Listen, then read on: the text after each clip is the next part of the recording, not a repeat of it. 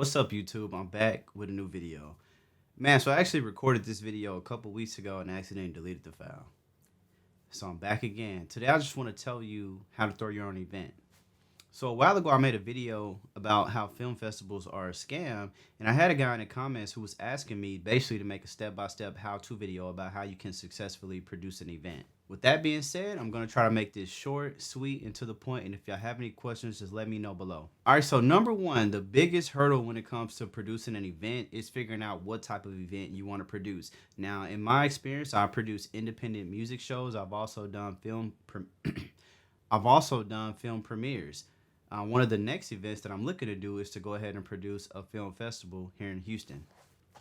With that being said, once you know what type of events you want to do, then that's when you got to figure out your budget.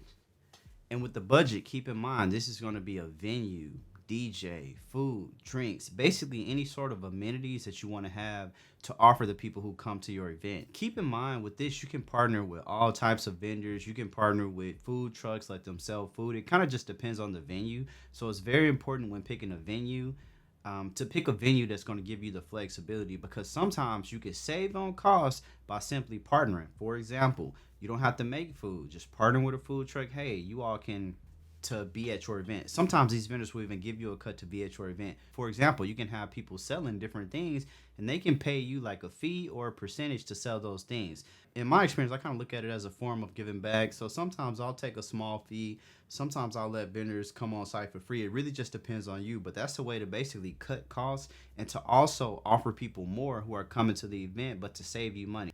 So one of the biggest things I had to get for my film premiere was actually a projector. We had to get a screen, and luckily the venue that we had partnered with actually already had the sound system in the ceiling, so that was cool. We also had to pay a DJ.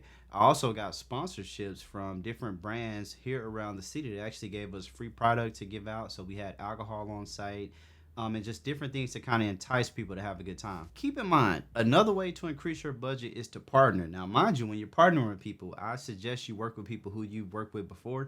Anything money related, you always want to keep it very black and white, because sometimes when partnering with people, it can go left, it can go right. Partner with your parents if you can. If you can't partner with anybody, I suggest you just start smaller. Maybe like $1,000 budget, maybe $2,000 budget. I've thrown events for as little bit as $500. So it's a lot of different things you can do. At the end of the day, figure out what type of events you want to throw and talk to different people, the people you want at your event. For example, you may have a host. This host may be looking for exposure. So boom, it's good to have them at your event. And you don't necessarily have to pay them a fee, but they can host the event and also promote themselves as a host. It's just different things like that. The biggest thing I want to touch on is marketing. Now, this is going to be anywhere from the flyer, the promo video, the people you let participate. A good example of this is when I've thrown independent music concerts. So what I like to do is, boom, I'll pick maybe 7 to 8 artists, and I'll tell them, hey, I want to make sure y'all promote on these days. So let's say Monday, Wednesday, Friday, you're going to post a flyer around this time, tell people, encourage them to get tickets. And what I found is when you get people to promote and do things like that, it usually grows your event. Keep in mind, with it being your event, you do need to be the biggest promoter. And I think with promotion, a lot of the times it's about finding a cool way to promote your event. Let's say you don't have a huge network. If you don't have a huge network of friends, you're going to have to get creative. You're going to have to maybe produce a cool video, maybe run some Instagram ads. One thing I realized that with any event, word of mouth is number one. Word of mouth is what's always going to work. When it's word of mouth, the word spreads and people are always going to become interested in your event. Keep in mind, even if you could just get 50 to 100 people to come out, that's a huge success. And also, it's important to collaborate. Like I say, marketing is about being creative. Sometimes it's not all about the money you have. It's about making something look fun, making something engaging. When you have something that looks fun and engaging, trust me, people will come. One thing people always want to do, they always want to go to events. It's just hard to find good events to go through. So with us, we've always thrown events back into college, to be honest. So it's kind of just trickled from there. When you do something professional, you do it well, people tend to realize that and they'll keep coming to different events. All right, so yeah, I told you I was going to make this video quick and simple. All right, so now I want to talk about the benefits of producing your own event. Now, keep in mind, on the very first video, I was talking about producing a film festival or a film premiere. The biggest benefit is there's nothing like having support when people actually come in person. When people come in person, it further establishes your presence, but also it adds to the word of mouth. So what that means is the next time you throw an event, even more people are going to come. And it's one of those things where people really get to see, oh, okay, this person is serious. This is what they're like, they're really doing it. Aside from that, it's a great way to actually showcase your film.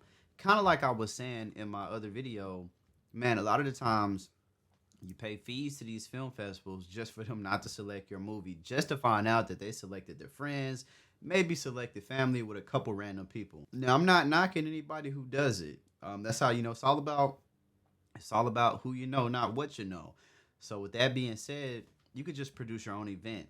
If I was an artist looking to produce an independent concert, now the benefit of that is number one, you can spread your music. People can see that okay, you're a serious artist. But like I said, it's just like doing a film festival. When you got people in person, that just creates a bigger buzz. Another benefit, you can potentially make money. Now, the reason I say potentially is because, as you know, with anything, you're risking money. So if you don't break even, you technically lost money. If you don't do more than breaking even, you technically didn't make any money. Now, for me, I think events, to me, the most important factor with events is going to be having people there, having people present, and steady building your brand. I think that's more important than making short-term money because that can be long-term money in the future. However, if you want to make money, remember, low budget, keep costs low so you can exceed and go over.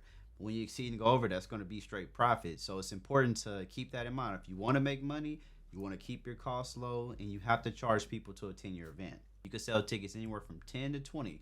What I like to do is I'll program a formula in an Excel sheet, and I'll just play with different numbers so I can figure out where I need to hit, and that's what has allowed me to have profitable events. And actually, that brings me into the next thing I was going to talk about is the risk. The risk is pretty much losing money or people not showing up. I guarantee if you put together a quality event, you'll realize that more people are going to show up than you even realize, and you'll realize that you have a lot more pull than you probably thought you did. It's important to remember you got to start somewhere. I don't care if it's 20 people that come out, 50 people, or 100 people, or 200, 300 people. You have to start small. I think a lot of the times we see these people doing events, oh, I have 1,000 people. Don't get it wrong. If you're throwing a college party or something like that, you can definitely probably bring more people to like a traditional party than you can a film festival or an independent concert because they're two different type of events. However, you'd be surprised. You could definitely get people at the event. So, like I said, I just wanted to make a quick video today and really just kind of break down step by step how you can produce your own live event. Um, and like I say, shout out to the guy who commented on that original video asking me to make this video. I think everybody should try to produce an event at least once if you have an interest in it. You can even get venues and stuff for free depending on who you're talking to. So remember, talk to your family, talk to a few people, see who knows who, see what you can gain access to from there, put together a plan. Like I said, I wanted this video to be quick and simple. If you want me to go more in depth or you want me to do like a follow-up video, just kind of let me know in the comments and I'll be more than happy to go more in depth. If you want to like know about a specific event that I've thrown, you could check the link.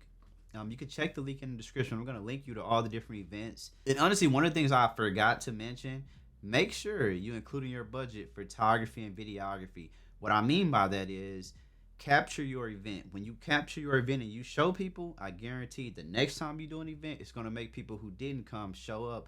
But it's also going to help you with like sponsorships and partnerships and things like that. You have to capture your event. You have to show people what you're doing, and then you have to present it to people so they can know what you're trying to do. And I'll be more than happy to talk more about sponsorships in the future. But for now, I just kind of wanted to break down and do a video that shows you the basis to producing an event, and we're just going to build it up from here. So, hey, I appreciate you all tuning in today. Have a great day. Enjoy the rest of your week. And let me know what events y'all are thinking about producing, what events you've already produced, or if you don't want to produce events at all. I think it's one of those things. Once you try it, you know if you like it. But I'll be happy to hear from everybody watching. So thank you. Have a great day, and peace out.